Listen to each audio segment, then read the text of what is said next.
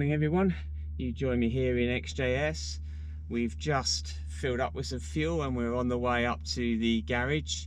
We're looking to collect XJ40 today. So XJ40 has been away for the last 3 weeks I think now, and I was due to collect it today anyway, but it turns out that we need to do some work on the XJ-S. Regular viewers will note that we had a bit of a challenge at Castle Combe just the other week where we lost the brakes.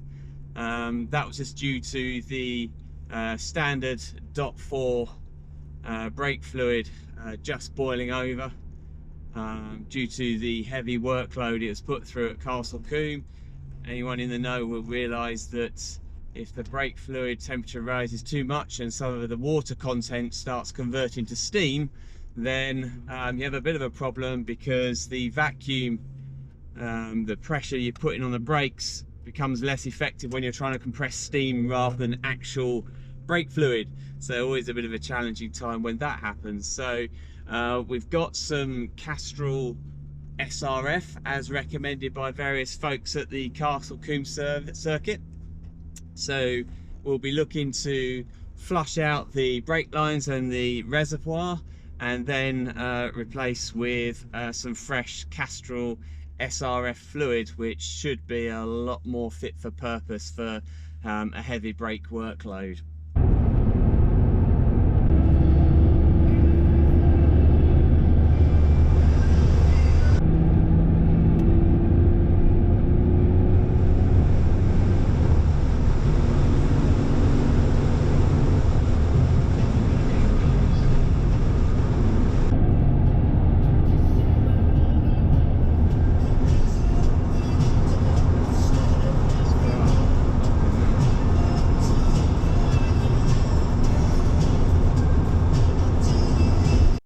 Welcome back everybody. We're in the XJ40, having collected it from the garage.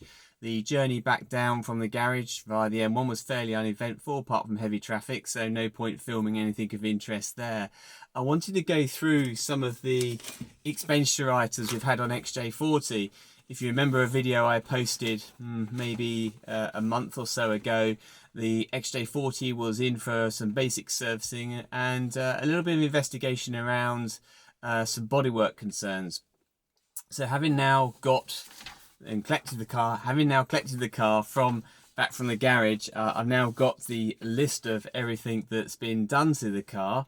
I should say before I go through this, I'm really pleased with it actually. It had bodywork done, it had suspension work done, had servicing done, so the car is in really fine fettle, and for an XJ40 where there's a lot of challenges around rust, corrosion, structural problems, I'm really pleased that she's in such good condition given the age.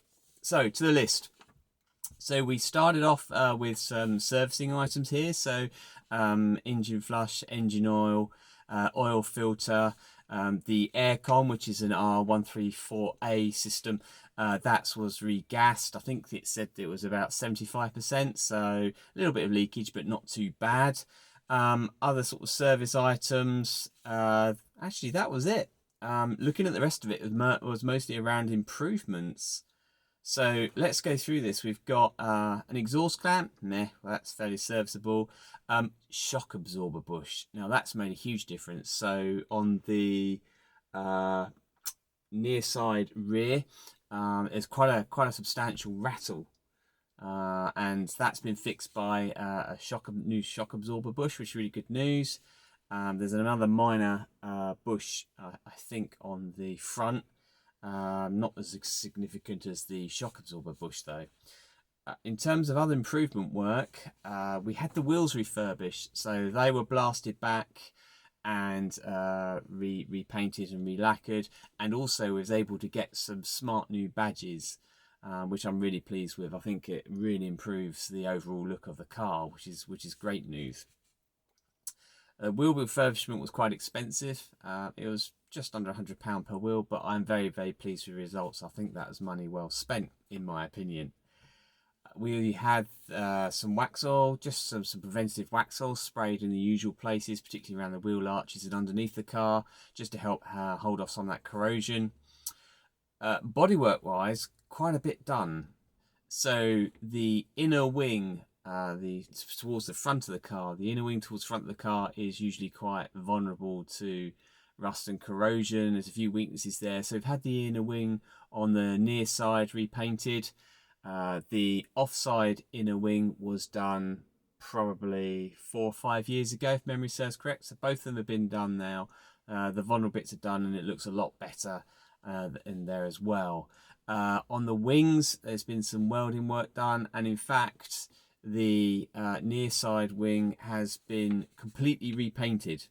So just to provide an illustration of some of the challenges we have with bodywork and seals and so on and so forth, check this out. So this is off this car. I don't know if that's coming out particularly well on camera, but there we go, that's better. Look at that. That's come off a lower section just behind the near side wing. Quite significant corrosion there, you can see. So that's just a little souvenir that the garage gave me to demonstrate what goes on behind and what you can't see sometimes until you get the wing off and inspect the car. So that's all been taken care of. I'd say the front wing was it's been repainted, it's been relacquered, so that's now in fine fettle. And in here we've just got some charges for actually the metal, just to feed in the metal to replace some of that extreme corrosion that we've seen there. So that's really good news. Really pleased. It wasn't cheap. I'm not going to go into the details how much it was, but what I would say is, given what I paid for it, I am very pleased with the results, which is always a good outcome, particularly with these cars. So yes, it's more expensive than what I was expecting to pay, but then to be fair, the scope of works that's taken place on the car, yeah, it's increased significantly. But I'm really pleased because actually, when you think about it, the XJ40s are starting to get quite rare. Yes, you can still buy them for very sensible money. That they often do come with baggage and corrosion challenges, but to get a really honest one, I think it's really quite hard now. And I'd probably say that potentially an XJ40 could actually be more rarer than some of the E-types. So interesting. I think we've lost a lot of them due to corrosion and structural issues over the year, where a lot of reasonable cars have just been beyond economic repair.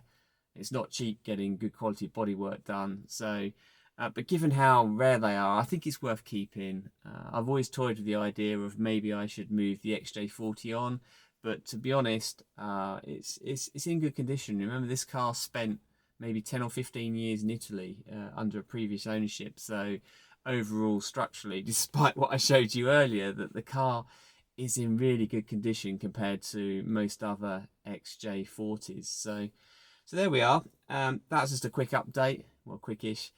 Quick update on XJ40, just a brief summary of how everything is with the car, and also a little head up on XJ-S. So thanks a lot. See you soon.